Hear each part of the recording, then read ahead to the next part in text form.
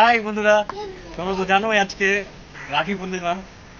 তো রাখি পূর্ণিমাতে জানো বোন দিদি যাদের বাড়িতে আছে রাখি পড়ায়। তো আমার একটা ছোট্ট বোন আছে, আমরা দুজনা না বল। এবার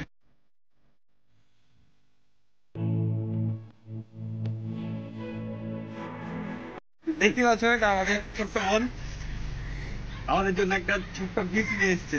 ছোট না, আমাদের কাছে অনেক বড় গিফট এটা, দেখতে পাচ্ছ।